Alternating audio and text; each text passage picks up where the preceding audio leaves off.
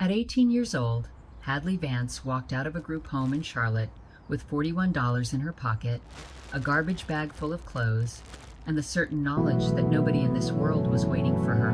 Her mother had died when she was 4. Her father vanished 2 years later. The aunt who took her in handed her over to the state before her 7th birthday and never came back. That was the story she carried. That was the story she believed, until a letter arrived at the public library, a letter from a lawyer in a town she had never heard of, telling her that a grandmother she never knew existed had died 9 months earlier and left her a restaurant with her mother's name above the door. Hadley took a bus she could barely afford. She walked through streets where nobody knew her name. She turned a rusted key in a lock that hadn't been opened in 3 years. The door swung inward, and what Hadley found waiting on the other side would tear apart every story she had been told about her family and reveal the woman who had spent 14 years refusing to believe she was gone. The morning light came through the high window of Hadley Vance's room in pieces, thin gray pieces, the kind that don't warm anything. She had been awake for hours. She lay on her back, counting the ceiling tiles the way she always did, 14 across, 9 down, 126 tiles. She had counted them so many times that her brain did it without her permission now, like breathing, like flinching. Today was her birthday. Today was the day she had to leave. The clock on the wall said 6:42. The group home would not officially kick her out until noon, but the staff had been gentle cruel about reminding her all week. Have you packed yet, Hadley? Do you have a plan, Hadley? Have you called the housing line, Hadley? She had not called the housing line, because she already knew what they would say, because she had heard other girls call, watched their faces when the answer came back, because there were no beds, there were never any beds. She sat up. The mattress creaked the way it always did, a small sound that nobody else would notice. But after 2 years, Hadley knew every sound this building made. She pulled on her jeans, the cleanest pair, then the shirt with the collar that didn't fray. She wanted to look like a person today, not like a girl from a place. But the mirror was cracked along one corner. So maybe it was the mirror. Maybe.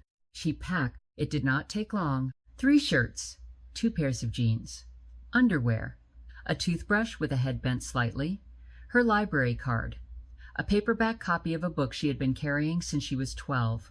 The pages had separated from the spine. She kept it anyway. And the pendant, the jade pendant and the thin silver chain.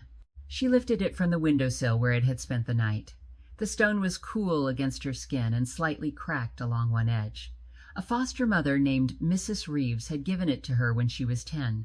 This belonged to your mama, Mrs. Reeves had said. She'd want you to have it. That was all Hadley had of her mother. A pendant, a name, a photograph in a caseworker's file that Hadley had seen exactly once. In the photograph, her mother was holding a baby wrapped in a yellow blanket. The baby was Hadley. Her mother was smiling. Hadley clasped the chain behind her neck and tucked the pendant under her shirt. Then she counted her money. $41. She had been saving for months without knowing what she was saving for. $2 an hour for kitchen work in the group home, peeling potatoes, washing dishes, cash under the table. She had peeled enough potatoes to feed a small army, and she had $41 to start a life with. A knock. Hadley? The staff member at the door was named Karen. Karen had soft eyes and tired shoulders. Karen had been doing this job for 14 years. I'm ready, Hadley said. She wasn't. But the word came out anyway. She followed Karen downstairs. In the front office, Karen slid a manila folder across the desk. Birth certificate, medical records, a list of phone numbers printed on yellow paper. You should call the housing line. I will. Do you have somewhere to go tonight? Yes. She didn't. Karen's mouth tightened. She reached into a desk drawer and pulled out a granola bar, pressed it into Hadley's hand. Be careful out there, sweetheart. Sweetheart. The word landed wrong. Like a coat in the wrong size. But Hadley took it, because what else was she going to do?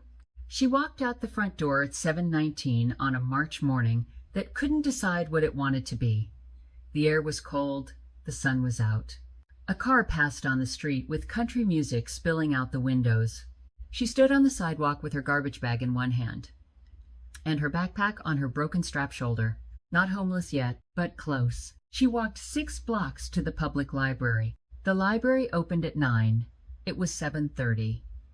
So Hadley sat on the concrete bench outside the front doors and ate the granola bar very slowly, 22 minutes. She timed it. When she finished, she folded the wrapper into a small square and put it in her backpack pocket. She did not throw it away. She was not sure why. At 8:50, a woman came up the steps with a key. She was somewhere in her 60s, with gray hair cropped short and reading glasses on a chain around her neck. She wore a cardigan, the color of old roses. Her name was Adeline Whitfield. She had been the librarian at the Charlotte Central branch for 31 years.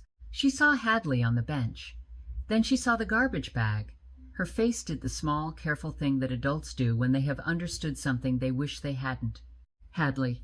Mrs. Whitfield. Today, then. Today. Adeline did not say anything else for a moment. She fitted her key into the lock and opened the door. Then she held it open for Hadley. Come in. I have coffee. Hadley came in. The library was warm. The library was always warm. For 5 years, this had been the warmest place Hadley knew. Adeline came out a minute later with 2 paper cups of coffee and a small white envelope. She handed Hadley the coffee first. Then she set the envelope on the table between them. This came yesterday. Addressed to you, care of the library. I wasn't sure what to make of it. The return address is a law firm.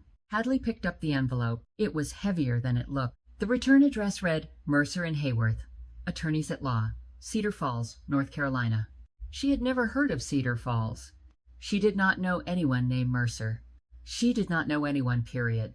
That had been the whole point of her life so far. She slid her thumb under the flap and broke the seal. Inside was a single typed page and a small object taped to a piece of cardboard. The object was a key, old brass, slightly tarnished. The kind of key that opens something solid. Hadley unfolded the letter. Her hands were not steady, which was strange, because her hands were almost always steady. Dear Miss Vance, my name is David Mercer. I am the executor of the estate of Ruth Caldwell, who passed away on June 14th of last year. Mrs. Caldwell was your maternal grandmother. She left specific instructions in her will that upon your 18th birthday, you were to receive full ownership of her property at 412 Sycamore Street, Cedar Falls, North Carolina, known locally as Grace's Place. The enclosed key opens the front door. Mrs. Caldwell asks that I convey the following message to you. Tell her I never stopped looking. Tell her the door is open. Hadley read it again. The words did not change, but their meaning kept rearranging itself in her head. Maternal grandmother. She had a maternal grandmother. She had had a maternal grandmother. The woman was dead, and she had left Hadley a restaurant. Hadley. Adeline's voice came from very far away. Hadley, are you all right? I have a grandmother. She said it out loud. The words felt strange in her mouth, like a language she had once been fluent in and had forgotten. Adeline came around the table and read the letter over Hadley's shoulder. Her hand went to her mouth. Cedar Falls. That's about 3 hours south, near the Uwharrie Forest, small town. She left me a restaurant. She left you a home, sweetheart. The word sweetheart again. This time it landed different. This time Hadley did not want to give it back. She stared at the key taped to the cardboard, reached out, pulled it free. The brass was cool in her palm. Tell her I never stopped looking.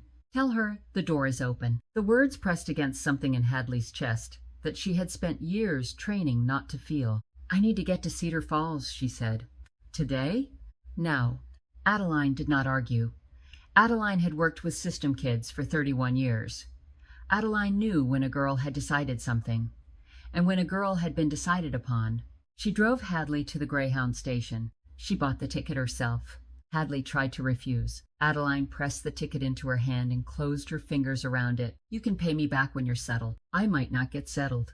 Then you don't pay me back. She walked Hadley to the bus, stopped at the door, pulled a $20 bill from her purse and tucked it into the front pocket of Hadley's backpack. For lunch. Mrs. Whitfield, don't argue with a librarian, honey. We always win. Hadley laughed. It was a small laugh.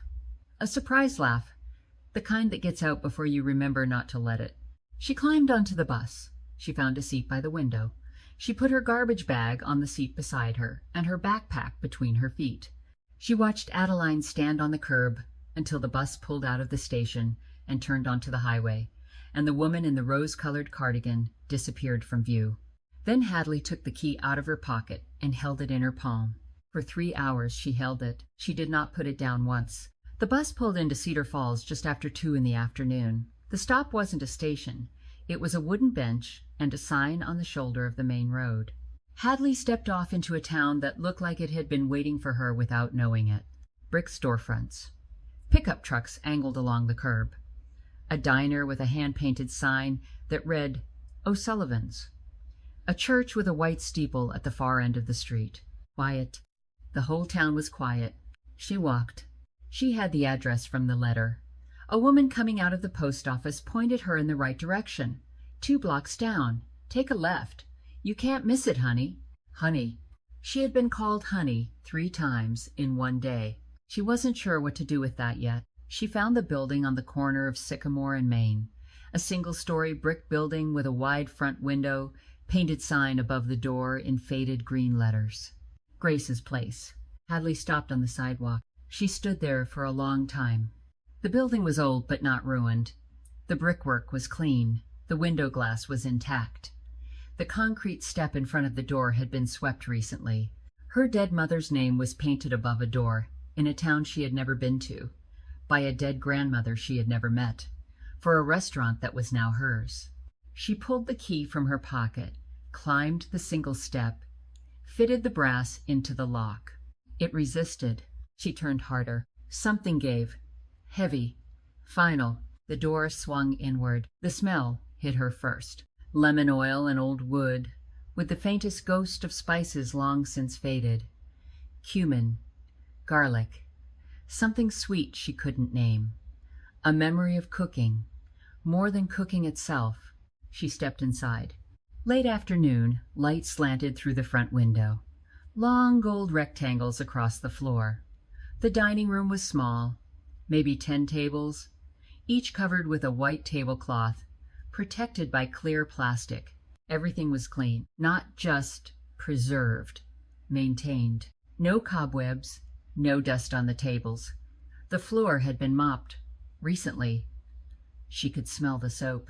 Someone had been coming in here, keeping this place alive while it waited. But it was the walls that stopped Hadley cold.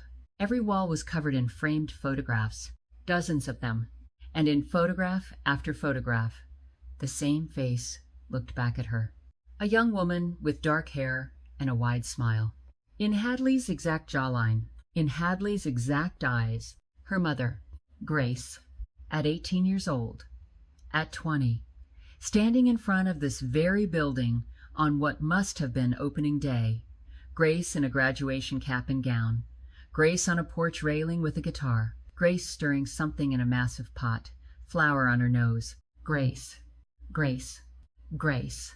And there, on the far wall, Grace holding a baby wrapped in a yellow blanket. Hadley recognized the blanket from the photograph in the caseworker's file, the one she had seen exactly once, at 12 years old.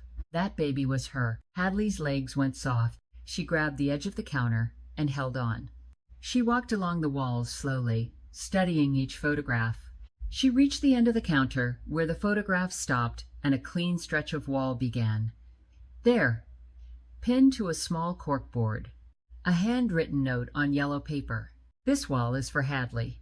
When she comes home, the air went out of her chest. An empty wall, waiting for her. Hadley pressed her palm flat against the empty wall and felt the cool plaster under her fingers. She stayed like that for a long time. When she finally turned around, she noticed something she had missed. On the counter beside the cash register sat a sealed envelope, cream-colored, thick. Across the front, in careful cursive handwriting, for Hadley, when she comes home. She picked it up. She could feel something inside beyond just a letter. Something stiff, like a photograph. She ran her thumb under the seal. Inside, a folded letter, several pages long, and a photograph. A woman in her 60s. Silver-haired, thin-faced, standing in the doorway of this restaurant with her arms open wide. On the back, in pencil, Ruth Caldwell, 2019. Waiting. Hadley sat down on one of the counter stools. She unfolded the first page of the letter. The handwriting was steady, but the ink had slight tremors at the longer strokes. "My dearest Hadley," it began, "if you are reading this, then you found your way here, just like I always believed you would. I want you to know something before you read another word. You were wanted. You were loved. Every single day of your life. Even the days you didn't know I existed. I was thinking about you." Hadley pressed her hand against her mouth. The letter went on. 6 pages. Front and back. Ruth wrote about Grace. About a little girl who used to stand on a step stool in the kitchen and stir whatever was on the stove. About a teenager who played guitar on the back porch, who sang too loud, who burned every batch of cookies she attempted, until one afternoon at 16, something turned in her hands, and she started cooking with the confidence of someone twice her age. "Your mother's food was her language," Ruth wrote. "She could say things with a pot of soup that she couldn't say with words. When your mother died, I thought the world had ended. She was 28 years old. She was my only child, and I was told that you died with her. Your father called me the day after the accident. He said neither of you had survived. I believed him, because I had no reason not to. But something never sat right with me. There was no funeral for you, no grave beside your mother's, no death certificate I could find in the county records. When I asked your father for details, the phone number was disconnected. I started asking questions, and nobody had answers." Ruth had hired a private investigator, a man named Tom Shelby out of Raleigh. She had written letters to Child Protective Services. She had driven to Charlotte and sat in government offices. "For 14 years. I never found you," Ruth wrote, "but I never stopped looking. And I never believed you were dead. A grandmother knows. I built this place from your mother's recipes. Every dish on the menu is something Grace made. The cornbread, the pot roast, the peach cobbler, all hers. And now it's yours. Walter next door will explain the practical things. I've left funds to keep the lights on, but the important thing is this. You are not alone. You never were. I'm sorry I ran out of time. But the door is open. It will always be open. Come home."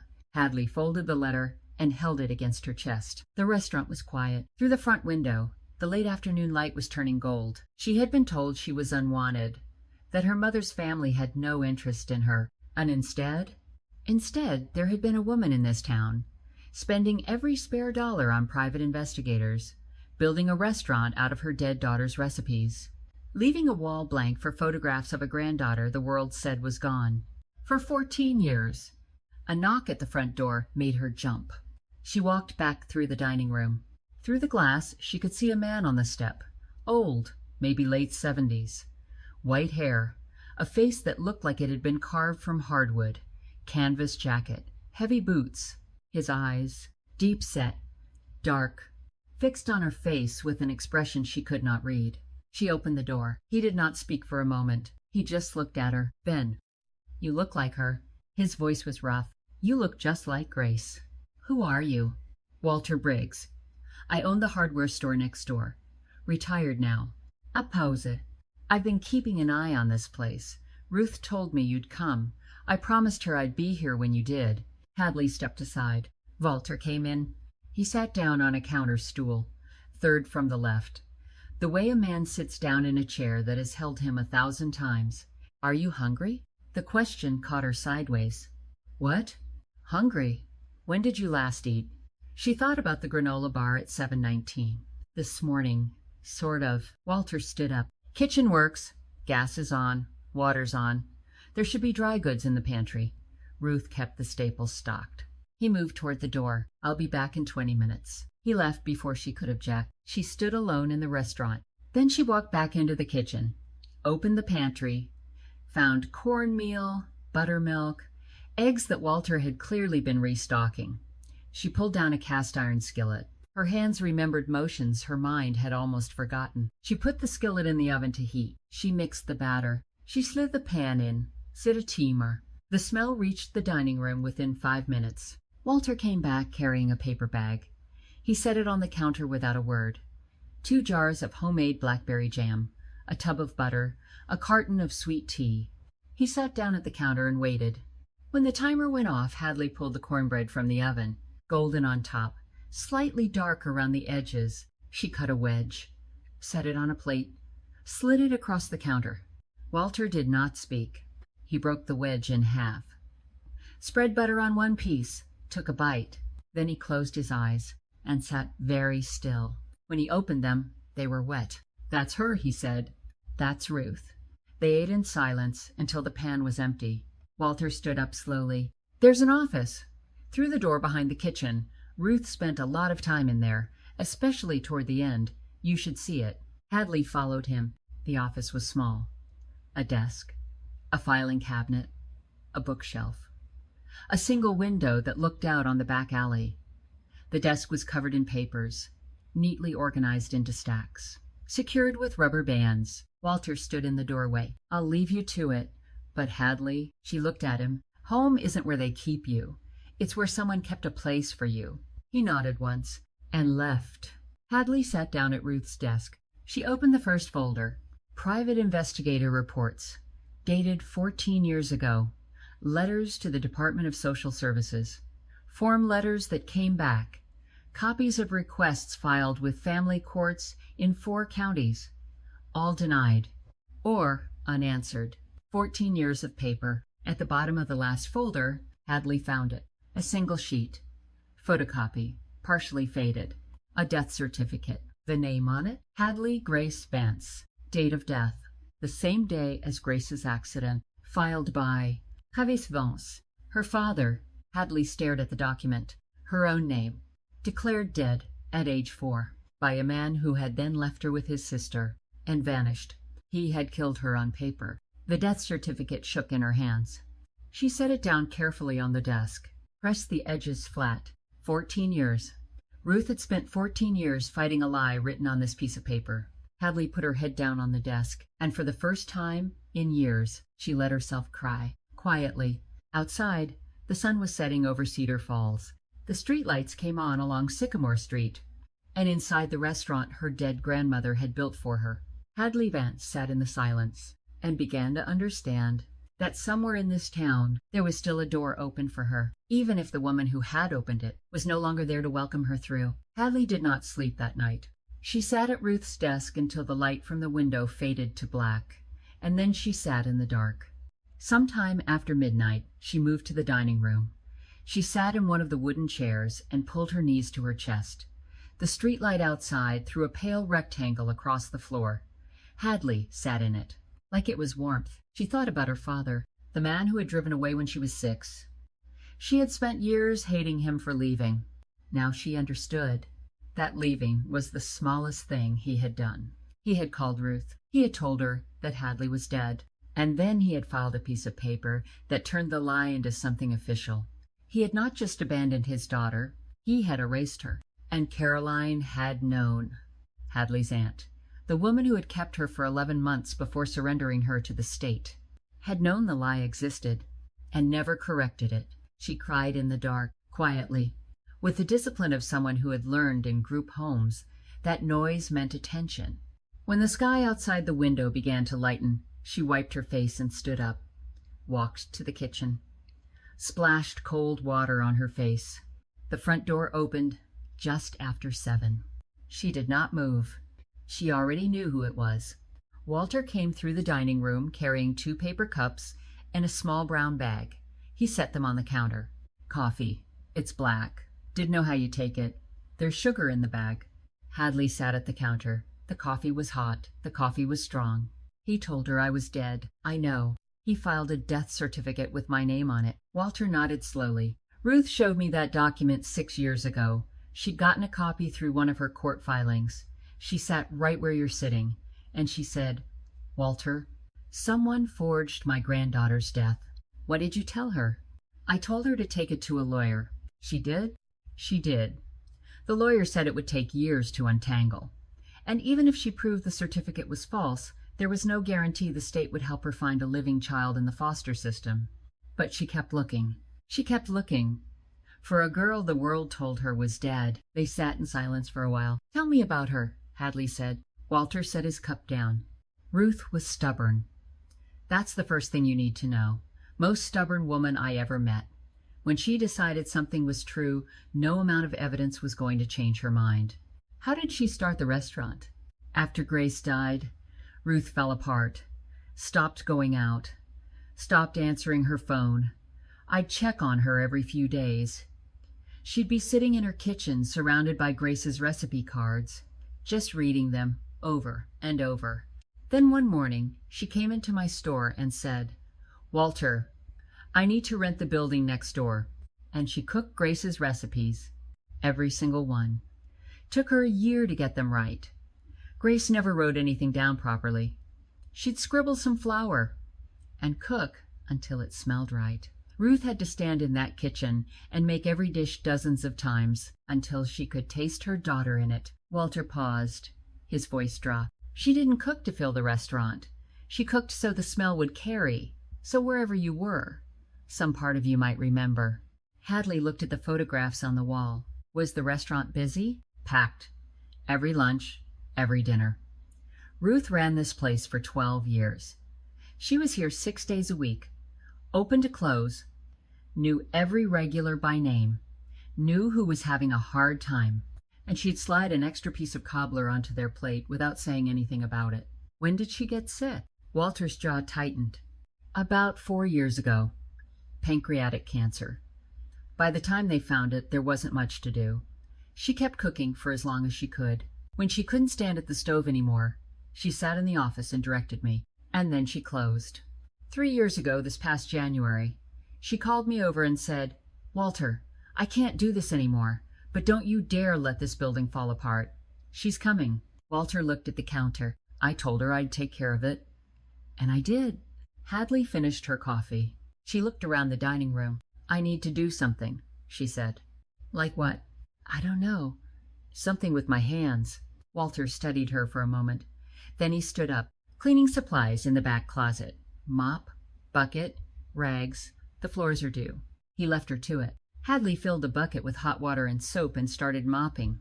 She began in the kitchen because it felt right, working the mop across the floor in long, steady strokes. The physical motion loosened something in her chest that had been wound tight all night. She scrubbed the prep counters, wiped down the stove burners, cleaned the inside of the walk-in cooler. In the dining room, she mopped every inch of the floor. She washed the windows with vinegar and newspaper. She wiped down each framed photograph, lifting them off the wall one at a time, cleaning the glass, hanging them back. By noon, her arms ached. The restaurant smelled like lemon soap and clean wood. She stood in the middle of the dining room and felt for the first time in years like she had done something that mattered. A knock at the door. A woman stood on the step, mid-50s. Broad-shouldered, dark hair pulled back in a practical ponytail, she carried a cardboard box. "You must be Hadley. I'm Maggie O'Sullivan. I run the cafe across the street." "Yes. Walter told me you were here." Walter told everyone. I think he's been waiting 3 years to make that phone call. Maggie shifted the box in her arms. "I brought you some things. Food, mostly.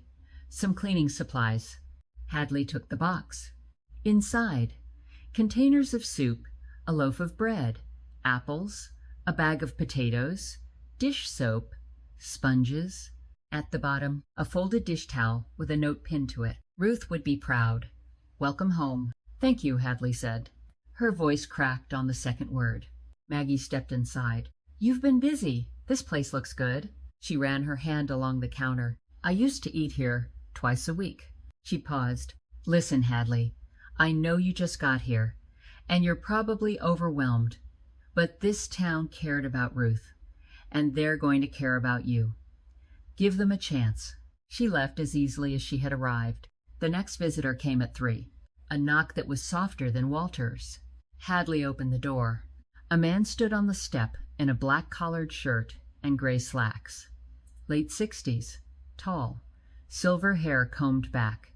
He held a Pyrex dish covered in foil. "You must be Hadley Vance." "Yes."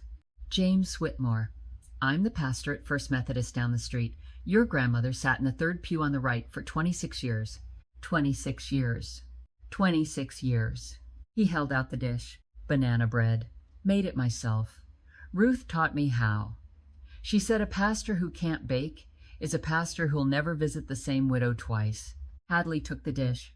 It was still warm. "Come in." He came in. He moved the way Walter moved, like he had been here 1,000 times. He looked at the photographs on the wall. He did not look at her with pity. "Your grandmother prayed for you every Sunday," he said. "Every Sunday?" "Every single one.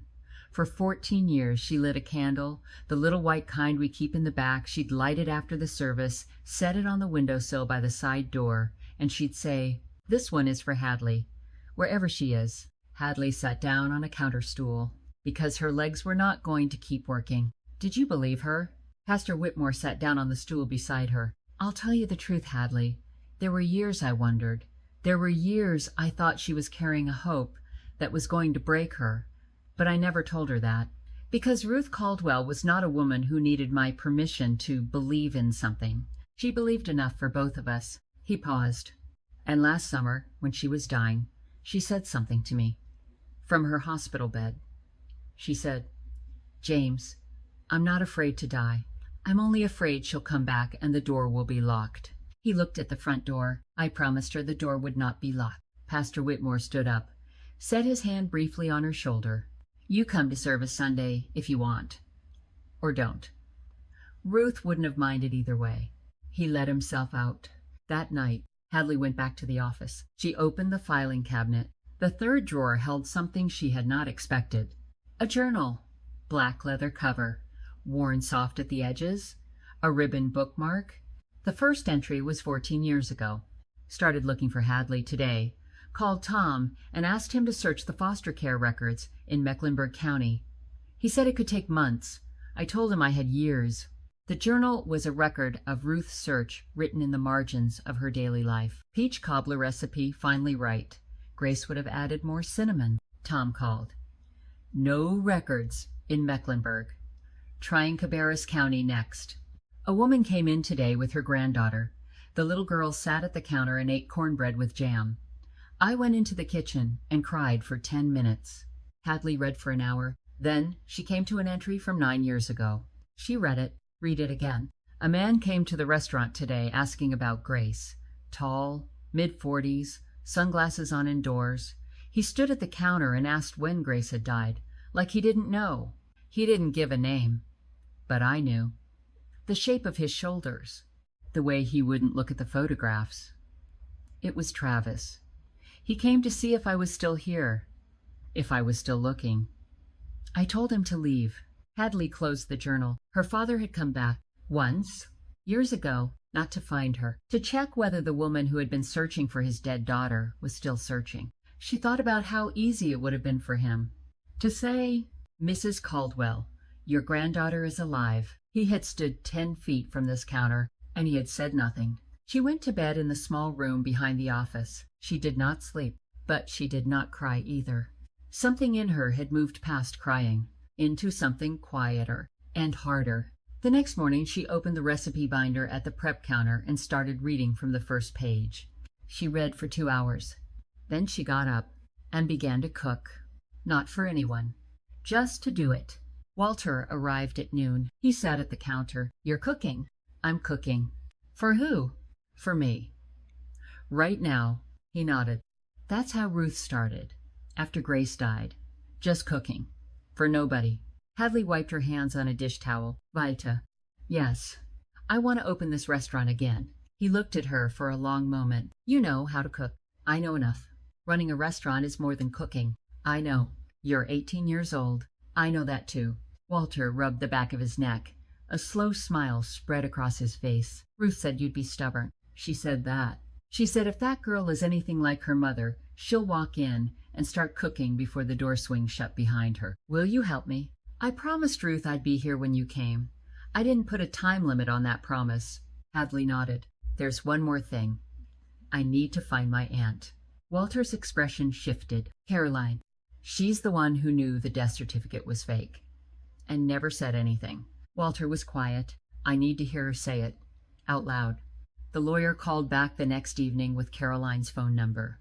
Hadley wrote it on the back of a napkin and carried it in her pocket for 2 days before she used it. During those 2 days, the restaurant began to change. Walter arrived with a toolbox and a man from the church. They fixed the front door hinge, replaced 2 ceiling tiles. Maggie came by with a box of kitchen supplies. A woman Hadley had never met dropped off a flat of eggs. Her name was Carol. She had a farm outside of town. Ruth used to buy eggs from me every week. I've got more than I can sell. By the second evening, the restaurant looked different. People she had never met were bringing food, fixing things, treating this building like it mattered to them personally. Walter explained it simply. Ruth fed this town for 12 years. You think they forgot that? On the third afternoon, Hadley was alone in the office. She had moved past the investigator reports, past the journal. She was now in a smaller drawer, a locked one. Walter had found the key for her on a ring of small brass keys Ruth had kept in her desk. The drawer slid open. Inside, a stack of envelopes, tied with a faded blue ribbon. Hadley lifted the bundle out, set it on the desk, slowly untied the ribbon. The envelopes were addressed to Hadley, each one in Ruth's careful cursive, each one with a date on the front. The first one said, "For Hadley," her 5th birthday. The second one said, "For Hadley," her 6th birthday. A thick stack, one for every birthday. For every year Ruth had been searching. None of them had been mailed. There was nowhere to mail them, because the world had said Hadley was dead. She picked up the envelope for her 5th birthday, pulled out a folded sheet of paper. "Dear Hadley, today you are 5 years old. I don't know what you look like now. I don't know if your hair has gone darker like your mother's did at that age. I don't know if you've lost your front teeth yet. But I know you are alive. A grandmother knows. I love you wherever you are. Grandma Ruth." Hadley set the letter down. She picked up the next one for her 6th birthday. Then the 7th, then the 8th. She read them all. Some were short, a paragraph. Some were 3 pages long. In each one, Ruth wrote about Grace, a memory, a recipe, a song Grace had loved. The way Grace used to hum off-key in the car. The way Grace used to put hot sauce on absolutely everything, including breakfast cereal, which Ruth thought was an abomination. In each one, Ruth ended with the same line, "I love you, wherever you are." Hadley read until the room grew dark. She did not turn on the lamp. A grandmother had loved her through every birthday she had never known about. Words that had been waiting in this room for her entire life. Hadley folded the last letter, stacked the envelopes carefully, retied the ribbon. She held the bundle in her lap, the way you hold something more fragile than a baby. Then she pulled the napkin from her pocket. She picked up the phone. She dialed. The phone rang 4 times. 5. A woman answered. "Hello." The voice was cautious, tired. "Caroline." Silence. Then, barely above a whisper, "Hadley, how did you know?" "Because nobody else would call me and sound like that. I've been waiting for this call. I didn't know when, but I knew it would come. I'm in Cedar Falls, at my grandmother's restaurant. I know about the restaurant. I heard Ruth died. I didn't go to the funeral." "Why not?" "Because I didn't have the right. I need you to come here. I need you to tell me why." Another silence. When Caroline answered, "Saturday. I'll be there." The line went dead. The days between the phone call and Saturday were the busiest of Hadley's life. She cooked every recipe in the binder. She made a pot of black-eyed pea soup and brought a container to Maggie, who tasted it standing behind her cafe counter. "That's it. That's the one. How much garlic?" "The recipe says 4 cloves. I use 6. Ruth and her secrets. She made the pot roast, the peach cobbler, the biscuits. She cleaned every surface twice, organized the pantry, ordered supplies. Walter drove her to the county health department. The inspector, a man who had eaten at Ruth's restaurant for years, told her the kitchen was already in better shape than most restaurants he visited. On Friday evening, Hadley was washing dishes when she heard a car pull up outside.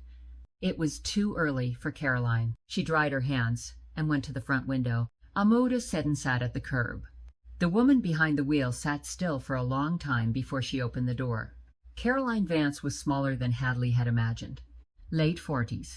But she looked older, thin, graying hair cut short, deep lines around her mouth, a plain blouse and slacks, a purse that she clutched with both hands. She stood on the sidewalk, looked at the restaurant sign, and did not move. Hadley opened the front door. They stared at each other. Hadley had expected to feel rage. What she felt was quieter than that. She felt tired.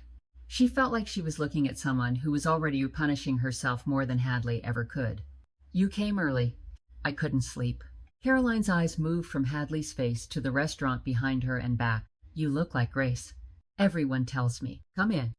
Caroline walked through the door slowly. She stopped in front of a photograph of Grace holding baby Hadley. She was a good mother. Your mama loved you more than anything in this world. Sit down. Caroline sat at the counter. Hadley stood behind it. The counter between them felt necessary. Tell me, Hadley said. Caroline folded her hands. When your father left you with me, I was a mess. My husband had just walked out. I was behind on rent. I was drinking too much. I told Travis I couldn't take care of a child, and he said it would only be for a few weeks. He left me. Sent some money the first month. Then nothing. When did you find out he told Ruth I was dead? A year later, maybe?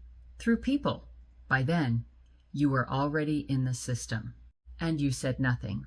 I told myself it was too late, that the lie was already done, that undoing it wouldn't help anybody. Ruth thought you were dead, and you were in foster care. And I convinced myself you were better off with the state than with me, or with a grandmother you didn't know. Her voice cracked. I was wrong. I knew I was wrong even then, but admitting it meant admitting what I'd done, and I couldn't face that. You knew Ruth was looking for me. Caroline's head dropped. I heard. I told myself she'd give up. She didn't.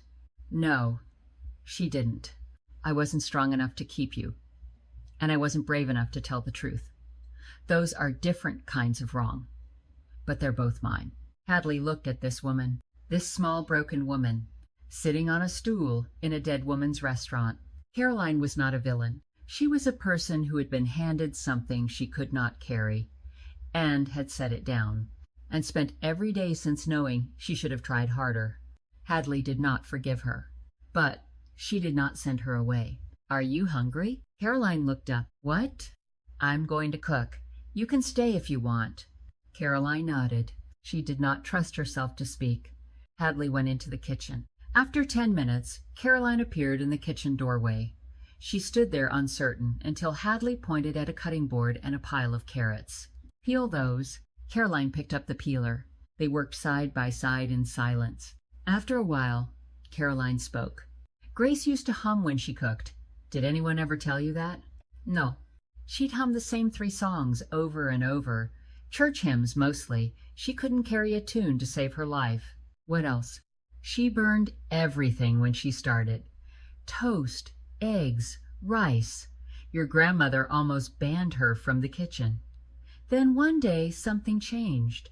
She walked in and started making this pot roast. And it was perfect. She sounds like someone I would have liked. She would have been crazy about you. She talked about you every single day. She had plans for the 2 of you. Caroline set the peeler down. I took those plans away from her. I'll know it for the rest of my life. Hadley did not answer. She added the onions to the pot. She added the carrots Caroline had peeled. The kitchen filled with the smell of something becoming something else. Tomorrow, the restaurant would open, but tonight there were 2 women in a kitchen, cooking, for the first time, together. Hadley woke at 5 the next morning in the small room behind the office. She dressed. She went to the kitchen. She ran her hand across the laminated cover of the recipe binder. She took a breath. Today, she started the coffee first. Then she pulled the cast iron skillet from the rack. By 7, the restaurant smelled like cornbread and coffee and onions sweating in butter. This was the first kitchen that belonged to her. Walter arrived at 7:30. He sat at the counter, 3rd stool from the left. How many are you expecting? Maggie said she'd spread the word. Maybe 10. Maybe 20. Ruth's record was 63 in one lunch service. She ran out of cobbler. People waited for the next batch.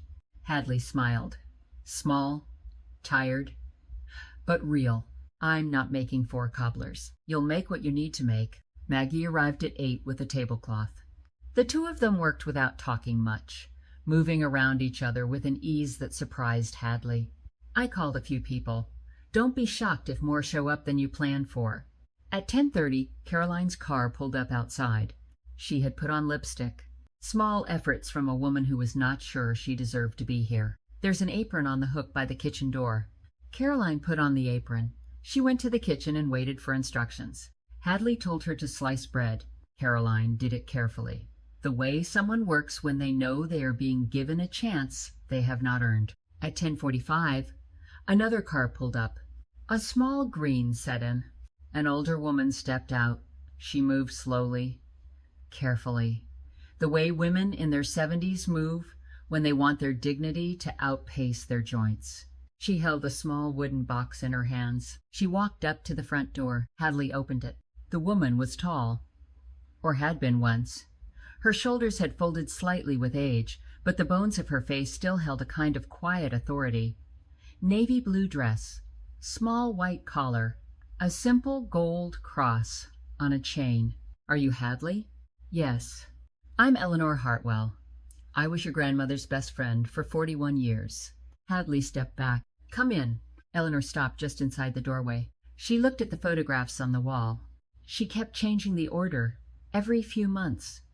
She'd come into my house and say, Eleanor, I moved the picture of Grace at the lake. I think it looks better near the window. Eleanor's voice was steady, but there was a small crack underneath it. We met at choir practice in 1983. I sang alto. She sang nothing. She just stood there and moved her mouth. But she was the funniest woman in the church. Hadley laughed. That sounds like her. You know her already. I'm starting to. Eleanor held out the wooden box. Ruth gave this to me 3 years ago. The week she closed the restaurant. She made me promise. She said, Eleanor, if she comes, you give her this. In person, when she's ready. Hadley took the box. She set it carefully on the counter. Stay for lunch. I planned to. At 11, Hadley unlocked the front door and propped it open. She stood in the doorway and looked out at Sycamore Street. An older couple walked past. The woman stopped. Is this place opening again? Yes, ma'am. Frank, Grace's place is opening. She turned back to Hadley. We'll be right back. They were the first. By noon, 14 people sat at the tables and the counter. Pastor Whitmore came in at 12:15. He sat at the counter and ordered the cornbread. He closed his eyes when he took the first bite. Ruth, he said, just the one word. Hadley served soup first, then cornbread with butter and blackberry jam, then pot roast with carrots and potatoes. She cooked in batches. When a plate came back empty, she felt it in her chest. An older man at table 4 ate his pot roast in silence, then set down his fork. That's Grace's pot roast. I'd know it anywhere. The woman beside him put her hand on his arm, and they sat there together, remembering. Caroline carried plates from the kitchen to the dining room. She did not speak to the customers. She set the food down gently and retreated. Once she paused, beside the photograph of Grace holding baby Hadley. She stood there for a long time. Around 1.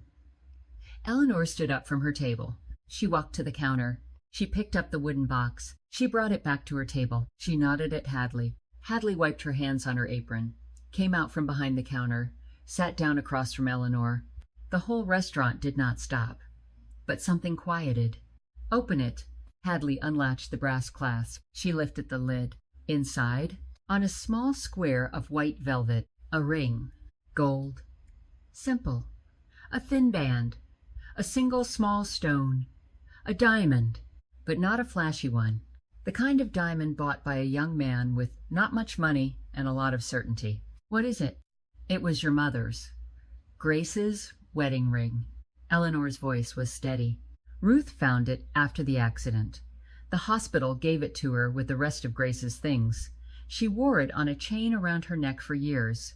Then she took it off. She said, Eleanor, if Hadley comes home, I want this to fit her, not me.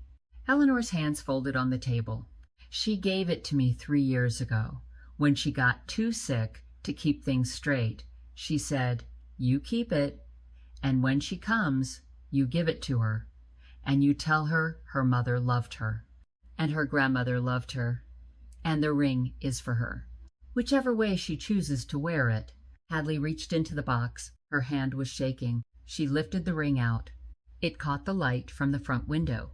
She tried it on her ring finger. It did not fit. She tried her middle finger. Too tight. She tried her pinky. It slid down to the second knuckle and stopped. It fit her pinky perfectly. Eleanor reached across the table. She covered Hadley's hand with her own. "Welcome home, sweetheart." The afternoon wound down slowly. People finished eating and left in twos and threes. By 3, only Walter, Maggie, Caroline, and Eleanor remained. Eleanor stood up and gathered her purse. "I have one more thing for you, but not today. Today you have had enough. Tomorrow." Tomorrow. Walter was the last to leave. He finished his coffee, set the cup down. "I want to say something, and then I'm going home." Hadley nodded. Ruth kept this restaurant alive because she believed her granddaughter would walk through that door someday. People told her she was foolish. The investigators told her to stop. The courts told her there was nothing to find. She kept the lights on anyway. He paused. "You are never too late if the light's still on." And Ruth kept that light on. He stood up, put on his jacket, and walked out. The next morning, Eleanor was waiting outside the front door at 8. She had a small overnight bag with her and a set of keys on a silver ring. "Get your jacket. We're taking a drive." "Where?" "Your grandmother's house." Hadley's hand stopped at the doorframe. "My grandmother's house. David Mercer called me last night. He said he was supposed to tell you about it. He forgotten all the legal language." "Forgot?" "He's a lawyer, sweetheart. They forget things that aren't in folders." The drive was quiet. Cedar Falls thinned out in 5 minutes. Eleanor turned onto a long driveway lined with hydrangeas. At the end of the driveway, a small white farmhouse. 2 stories. Wraparound porch. Yellow shutters. A swing on the porch that moved slightly in the breeze. Hadley stepped out of the car. She did not move from the driveway. She bought it in 1991. The year your mother was 13. She always said this was the house she wanted Grace to grow up in. She wanted there to be a porch and a swing and a garden out back that you could lose a child in. Eleanor's voice softened.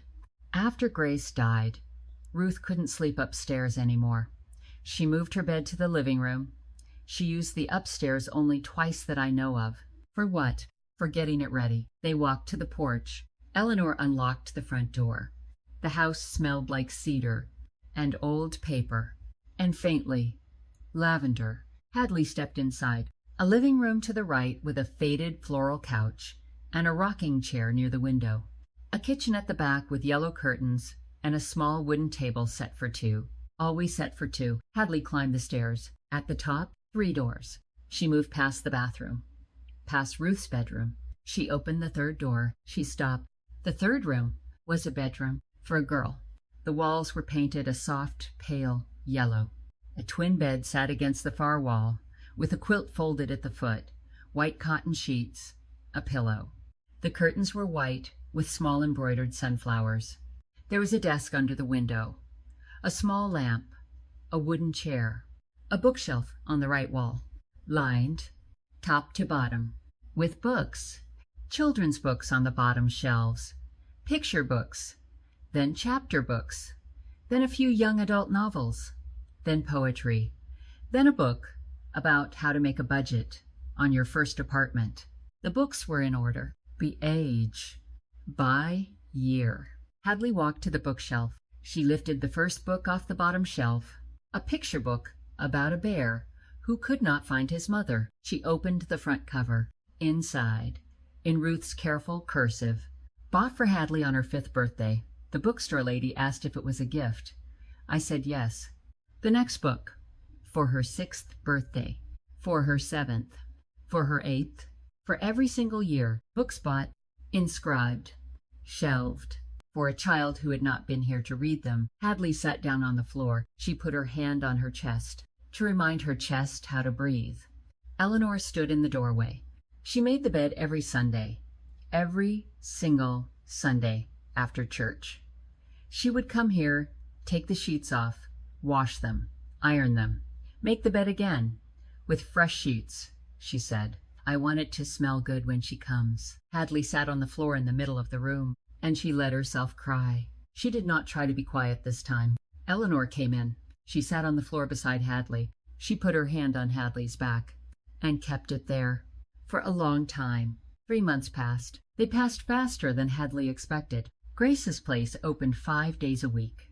The menu was small, 8 items, pulled from Grace's recipes. The black-eyed pea soup was the most popular. The cornbread was the most talked about. The peach cobbler was the thing people drove from other towns to eat. She moved out of the small room behind the office. She moved into the farmhouse. She kept the yellow bedroom the way Ruth had left it. She slept in Ruth's room. She set the kitchen table for 1. Then one day she set it for 2. Walter came every morning at 7:30, third stool from the left. Maggie sent customers across the street when her cafe was full. Pastor Whitmore came on Sundays. Caroline drove down from Raleigh every Saturday. She worked the lunch shift. They did not talk about the past. They talked about the food, about the customers, about the weather. And sometimes Caroline told Hadley a story about Grace. What Grace's laugh sounded like, how she sang off-key in the car, the way she used to put hot sauce on absolutely everything. Hadley did not call Caroline family, not yet, but she did not turn her away. Eleanor came on Wednesdays. She brought banana bread. She told Hadley one new story about Ruth each week. Hadley wrote some of them down in a small notebook. The empty wall. The wall that had said, "This wall is for Hadley." The wall was no longer empty. Walter had taken a photograph on opening day. Hadley standing behind the counter, dish towel over her shoulder, flour on her hands. That was the first photograph. In the center of the wall, then came more. Maggie laughing at the counter. Eleanor with her hand resting on Hadley's shoulder. Pastor Whitmore holding a banana bread. Caroline at the prep counter with the apron on. A wide group shot from a Sunday lunch. The wall was filling up. One evening, in early August, the dinner service had ended. Hadley was wiping down the last table. The bell above the door rang. She looked up. A man stood in the doorway. He was tall, mid-50s, dark hair gone gray at the temples, a face that had been handsome once and was now tired. He stood half in, half out. She did not need anyone to tell her who he was. She had seen his face exactly once in her life. Travis Vance, her father. Outside, a summer storm was beginning. The light through the front window had turned green-gray. A first heavy raindrop hit the glass, then another. He did not come further in. He had a manila envelope in his hand. Hadley. His voice was quiet, a stranger's voice. She did not answer. "I'm not here to stay. I'm not here to ask for anything." She held the dish rag. "I read about the restaurant, online. Someone wrote a piece about Ruth, about what you did. I drove up this morning. I've been sitting in my car for 6 hours. He held up the envelope. "I have something for you. I'm going to set it on the table, and then I'm going to leave." He took 2 steps inside. He set the envelope down on the nearest table. He stepped back. He looked at her. Travis Vance looked at his daughter for the first time in 12 years. His mouth opened. His mouth closed. He started again. "Your mother." He stopped. "Your mother loved you so much I couldn't stand it. After she died, I looked at you, and I saw her, and I could not keep being a man who was alive while she was dead. So I told a lie. And then I had to keep telling it." He pressed his hand against the doorframe to hold himself up. "I came back once. 9 years ago. I drove past this place. I stopped. I walked in, and your grandmother saw me before I could see her. She told me to leave. She was right to. I had nothing to give her that wasn't already broken." He nodded at the envelope. "That belongs to you, not me." He took 1 step back, toward the rain. "Your mother loved you. She loved you. She loved you.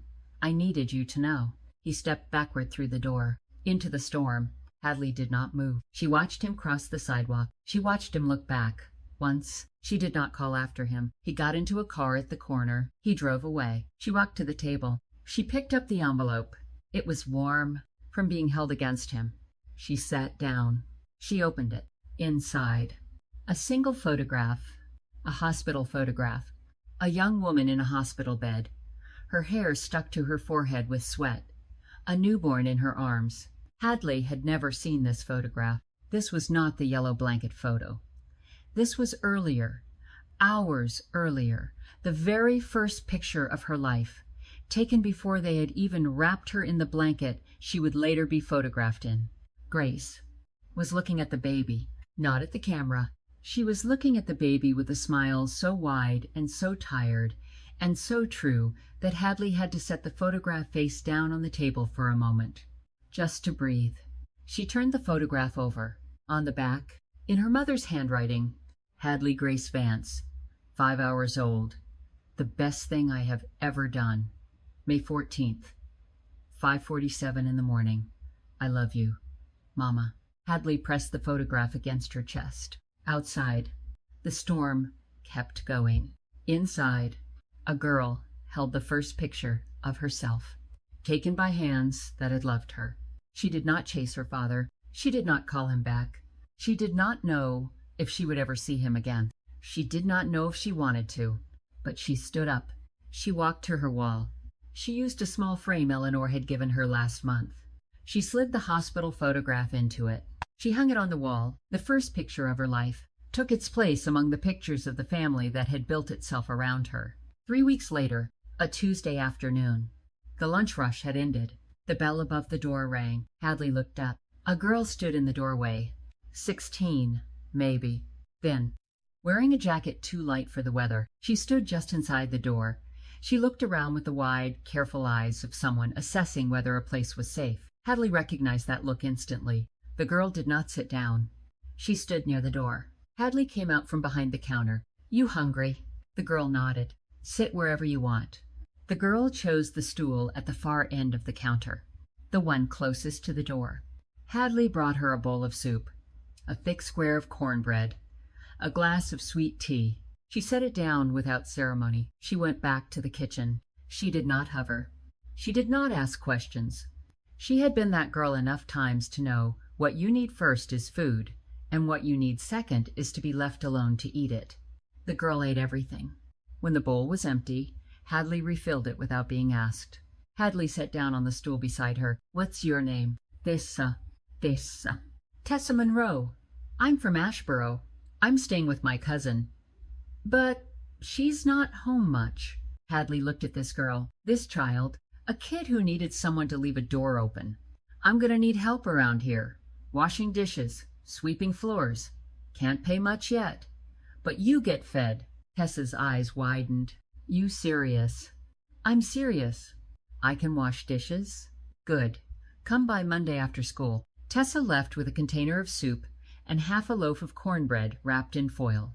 That evening, after everyone had gone, Hadley sat at Ruth's desk. She pulled a piece of paper from the printer drawer. She picked up a pen. She wrote, Dear Grandma Ruth, my name is Hadley.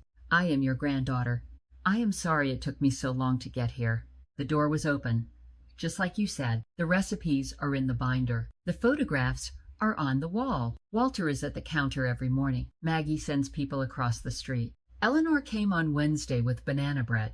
Caroline comes on Saturdays now. The town remembers you. I remember you too, even though we never met. I read all your letters, every single one. I want you to know I am okay. I want you to know I am cooking. I want you to know that today a girl walked in who reminded me of me, and I told her to come back Monday. You looked for me for 14 years. I am here now. I came home. I love you, wherever you are. Your granddaughter, Hadley Grace. She folded the letter. She placed it in the filing cabinet, in the drawer with Ruth's journal, beside the 14 years of investigator reports. This one was different. This one was an answer. Hadley turned off the office light.